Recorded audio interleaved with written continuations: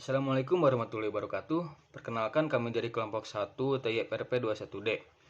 Di sini kami akan menjelaskan materi tentang logika untuk memenuhi tugas besar matematika informatika. Baik. Logika sendiri pertama kali dikembangkan oleh filsuf Yunani Aristoteles. Logika merupakan studi penalaran. Logika membantu untuk membedakan pernyataan atau argumen yang valid dan tidak valid. Logika difokuskan pada hubungan antara pernyataan-pernyataan, meskipun logika tidak membantu menentukan apakah pernyataan tersebut benar atau salahnya. Tetapi, kedua pernyataan tersebut benar penalarannya. Logika bawa hukum-hukum, logika memspesifikasikan makna dari pernyataan matematis dan membedakan mana argumen yang valid dan tidak valid. Kemudian ada proposisi. Proposisi merupakan kalimat deklaratif yang bernilai salah atau benar, tetapi tidak dapat sekaligus keduanya kebenaran atau kesalahan. Dalam sebuah kalimat disebut nilai kebenaran. Proposisi dilambangkan dengan huruf kecil dan tidak kapital, contohnya PQRS dan sebagainya. Contoh kalimat, proposisi P, 6 adalah bilangan genap. Proposisi Q, ibu kota Indonesia adalah Bali. Proposisi R, jam berapa kita pergi ke sekolah? Kemudian ada S, cepat pergi sebelum terlambat. Dari pernyataan di atas, pernyataan R dan S bukan merupakan proposisi, karena merupakan kalimat tanya dan juga perintah. Sedangkan kalimat P dan Q merupakan contoh proposisi karena mengandung nilai kebenaran baik itu salah maupun benar. Kemudian ada cara mengkombinasikan kalimat proposisi yang disebut dengan operator logika. Merupakan operator yang digunakan untuk mengkombinasikan proposisi. Operator logika dasar yang digunakan adalah konjungsi, yang dilambangkan dengan seperti ini adalah proposisi P dan Q. Aturannya adalah jika P dan Q-nya bernilai benar, maka penggabungannya nilainya akan benar. Kemudian ada disjungsi dengan lambang ditulis seperti ini adalah proposisi P atau Q. Yang diaturannya di mana jika salah satu benar maka hasilnya akan benar. Kemudian ada ingkaran dilambangkan dengan seperti ini adalah proposisi tidak P.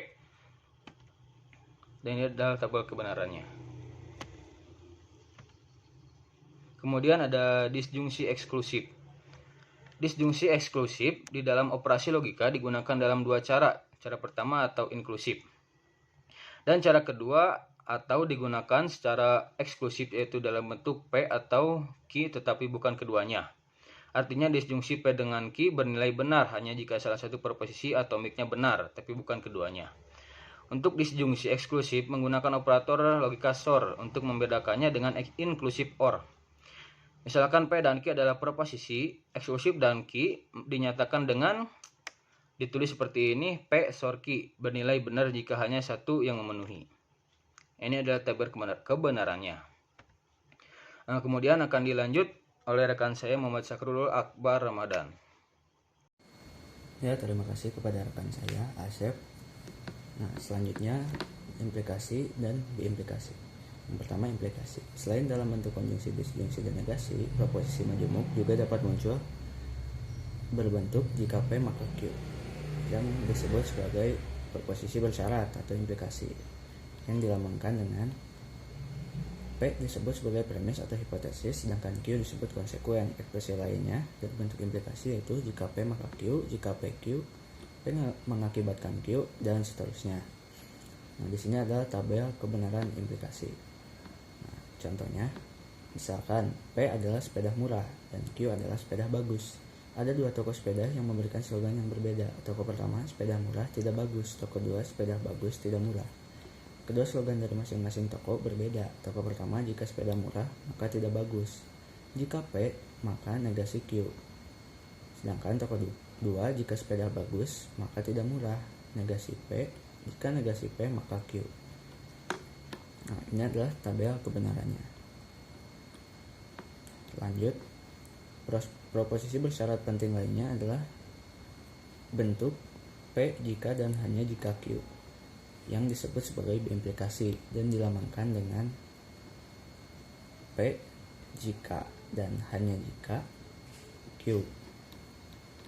Ekspresi lain dari bentuk biimplikasi adalah P jika dan hanya jika Q. P adalah syarat perlu dan cukup untuk Q, jika P maka Q, dan sebaliknya. Nah, Di sini adalah tabel kebenaran bikondisional atau biimplikasi. Selanjutnya itu ada inversi. Pertama adalah modus ponens. Didasarkan pada tautologi ini, jika P maka Q adalah hipotesis Q adalah konklusinya. Jika P maka Q, P Q dibacanya jika diketahui PQ benar dan P benar maka disimpulkan Q benar. Contoh premis 1, jika 2 tambah 3 sama dengan 5 maka 5 lebih besar dari 4. Premis 2 nya 2 tambah 3 sama dengan 5, konklusinya itu 5 lebih besar dari 4. Lalu ada modus tollens. Didasarkan pada tautologi ini ditulis dengan cara jika P maka Q, negasi Q sama dengan P. Jika diketahui PQ benar dan negasi Q benar maka disimpulkan negasi P benar. Contoh premis 1, jika hari hujan maka cuaca dingin. Premis 2, cuaca tidak dingin, konklusinya itu hari tidak hujan. Lanjut ada silogisme hipotesis. Didasarkan pada tautologi ini ditulis dengan cara jika P maka Q, jika Q maka R, maka sama dengan jika P maka R. Dibacanya jika diketahui PQ benar dan QR benar maka disimpulkan PL adalah benar. Contoh premis 1, jika Maher seorang siswa SMK maka Maher melaksanakan PSG. Premis 2, jika Maher melaksanakan PSG maka Maher belajar di industri minimal 3 bulan. Konklusinya yaitu jika Maher seorang siswa SMK maka Maher belajar di industri minimal 3 bulan. Lihat konjungsi. Didasarkan pada tautologi ini ditulis dengan cara P, Q sama dengan P dan Q.